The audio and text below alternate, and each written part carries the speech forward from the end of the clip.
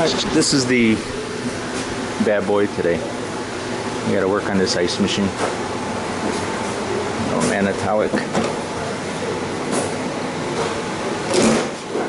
Alright, let's see what we got. Well, we've got a curtain light here blinking.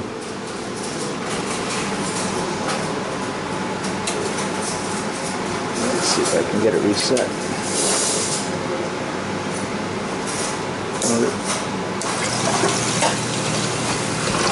Okay, I reset it and it's starting up.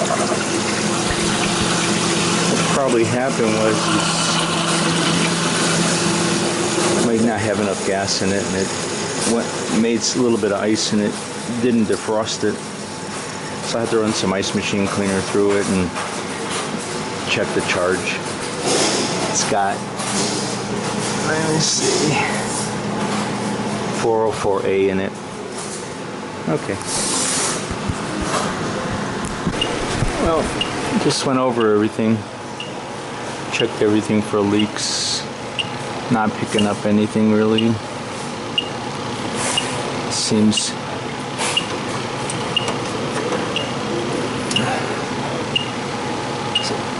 it seems pretty okay.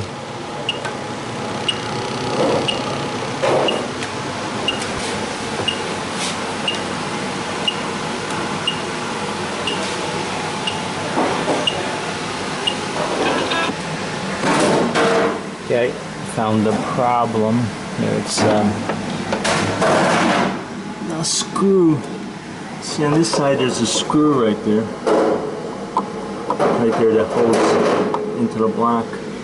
The screw broke off.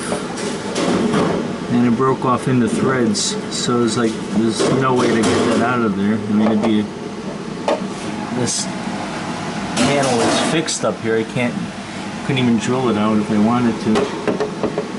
What I did was I got some silicone rubber sealant and tried to set this tube in place so it won't move once that rubber hardens. What was happening was the thickness, the tube was moving back and the thickness control was touching the metal, so it would go into an early harvest. And then the ice would just melt in place, and because nothing dropped out, it would time out on its door switch.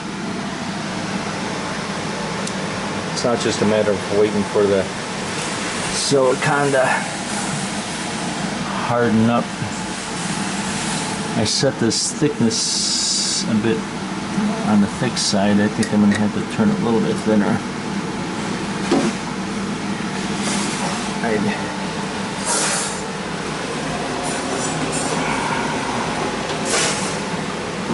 I've been using the handle on my wrench, but this new wrench has rubber on it. I was using that for my thickness gauge there.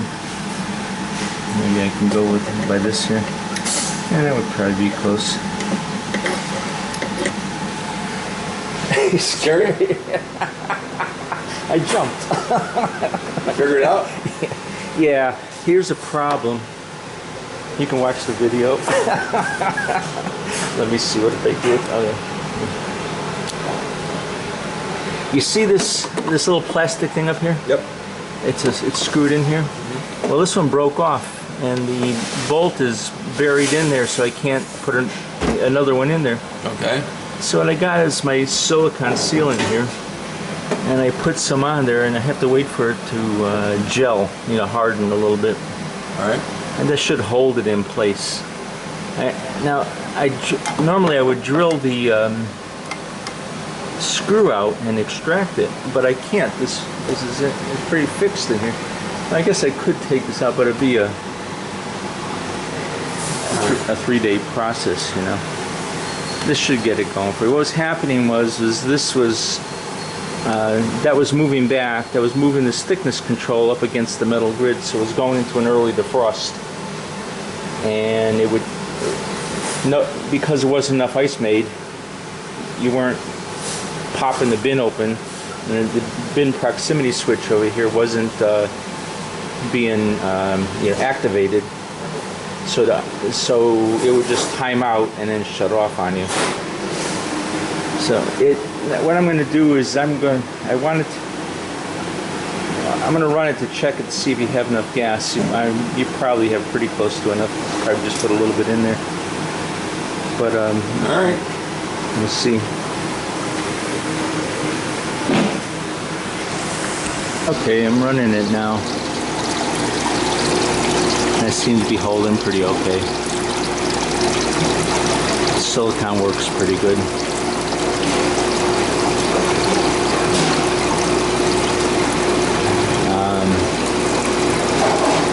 If I had to, I could take off the screws, take this plate out, get the electric out of the way, refrigeration lines out of the way, and drill a hole into that tiny screw and get a easy out in there, possibly. Then again, I might not. And this is a quick fix for today. I've got a lot of work to do. Everybody put it's almost Christmas, it's 10 days before Christmas, and everybody last week put everything off until this week, and now calls are all coming in at once Monday morning. Well, I got 260 pounds head pressure.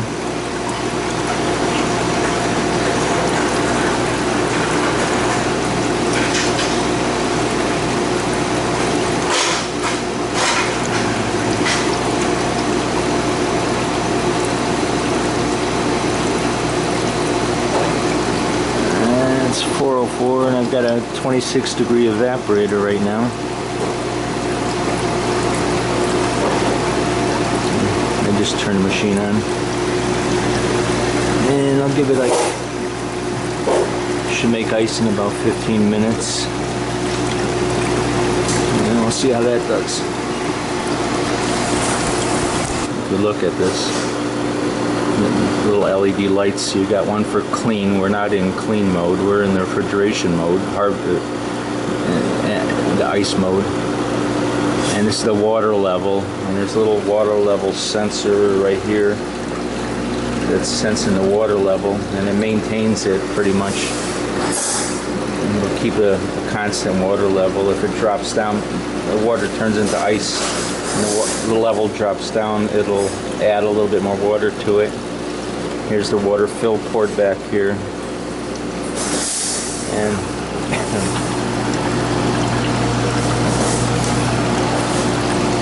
that's a little bit better. This is the water fill port. The water comes in here. And this is the proximity switch. There's a little this is a magnet right here, and a little proximity switch on this door. And when the ice is made, it drops down and pushes the door open. And this is this curtain right there. That's the proximity. So you'll see when I lift the door out, that little light goes off. When the machine goes into its defrost mode, its harvest mode, it'll stay in the harvest mode until that proximity switch circuit is broken momentarily because the ice fell out. And as soon as that happens, it comes out of its defrost cycle. The reason this is blinking red is the this ice thickness control back here is water splashing on it. And once the ice builds up, the water touches it. And it touches it for so many seconds. I'm not sure what exactly it is, 30, 60, 90, 120 seconds. Once it stays on for that many seconds, it will go into its harvest mode, and it's a hot gas defrost system. And what happens is the compressor stays running, but the defrost solenoid valve opens up and sends hot gas to the back of the evaporator plate. And the evaporator plate's that metal plate where the cubes are made, and it melts the back of the ice. And ice has to fall out in one big sheet. And when that happens, it pops the door open, and the proximity switch is open momentarily, and then it closes again. And as soon as it does that, it comes out of its harvest mode and goes back into its refrigeration mode. So it's just starting to make ice right now. One way to, over the years, when you charge this machine up, you're supposed to weigh the ounces in there, and that's okay. It's not, I never got that exact. You always had to fudge a little bit more, a little bit less. The couple ways I found to tell if an ice machine has enough refrigerant in it is, well, and this all depends upon the expansion valve. If the expansion valve is functioning properly, then what will happen is if you have enough refrigerant in the system, the ice will be made all the way up to the top. If you don't have enough refrigerant in there, this top portion here will be hollow. You'll have solid ice down here, and it'll stop, and then the last row or two will be hollow, and that's a sign that you don't have enough ice in it. Another way to tell is when the ice is fully made, your superheat drops, and the suction line coming back to the compressor will build up some frost on it. And this is the suction line here, and this should have frost on it pretty much. What they've done is they've run the liquid line. You see the dryer filter, this the liquid line going to the expansion valve. And where's our expansion valve? The expansion valve is all the way down here on the bottom. But they ran the liquid line alongside the suction line for the subcoolant. What that does is it takes the heat, some of the heat out of it, so it speeds the machine up a little bit. But it makes sure that you don't have bubbles in the line. It cools the refrigerant down, so now you're getting 100% liquid going into the expansion valve, into that port. When you get liquid and bubbles going into that port, you're not getting 100% refrigeration happening. You might be getting 80% refrigeration and 20% loss in capacity. So it just makes it more efficient, cooling it like that. That's a good little compressor. This is the water dump valve here. No, sorry, that's the water intake valve. When the water fill valve calls for water, this is energized, this little solenoid valve, and the water comes in here, goes into the ice machine, and fills up the float until it's satisfied. This is, they put in these water filters on this. It's not really necessary to have water filters on ice cream, in my opinion. It's kind of a sales gimmick. It's something else to sell the customer. The only time you really need it is if you have a serious problem with calcium buildup. And I've seen calcium buildup like eggshells on the plate. There's a little bit of calcium buildup, but that's on the machine. When the calcium builds up on the metal cups where the ice is made, that's the problem. And if you had a bad problem with that, then you need it. I've seen some machines where you literally had eggshells. The calcium was so bad it was like eggshells in there. But this system's not like that. You don't have that much calcium in this water right here. And the only thing that does is that they plug up in time. Like I just did an old machine, and they were plugged up, and I removed it, and the water was flowing good. But let's see how we're doing. You can put your finger into the top row, cups, and feel, and there's ice being made in there.